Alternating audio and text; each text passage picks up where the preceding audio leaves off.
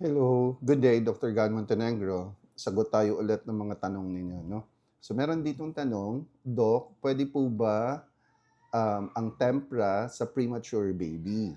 Pinanganak ko po yung baby ko ng November 14, 34 weeks.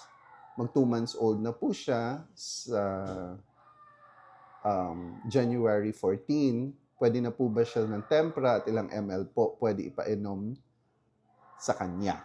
Okay, so compute natin, 34 weeks siya nung November, 2 months old na siya nung January. So, nung January, ang kanyang adjusted age is at 36 weeks.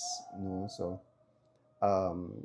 preterm pa rin, kulang pa rin ng isang buwan, pero it doesn't really matter kung pwede kung preterm ba o hindi pagdating sa pagbigay ng tempra or paracetamol, no? Well, it doesn't matter. Hindi importanteng preterm ba o term yung bata, no?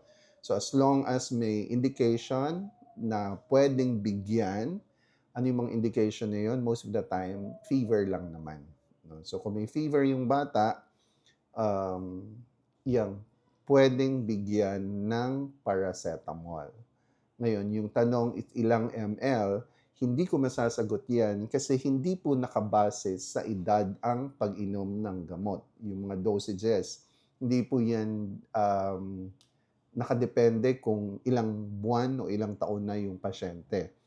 Kasi sa aming mga pediatricians, kinukompute po namin yung pag-dose yung dosaging ng gamot. Nakadepende po yan dun sa timbang, sa bigat. Hindi po sa edad. No? So if it depends on the weight of the patient, we're going to give how much dose to a patient. So, unang tanong, kung pwede mong bigyan ng paracetamol ang isang preterm baby, yes, pwede. Ilang ml, hindi kita masasagot hanggat hindi ko alam yung weight ng anak mo. Okay? So hopefully, this is Dr. Gan Montenegro who was able to answer your questions. See you next time. Bye-bye.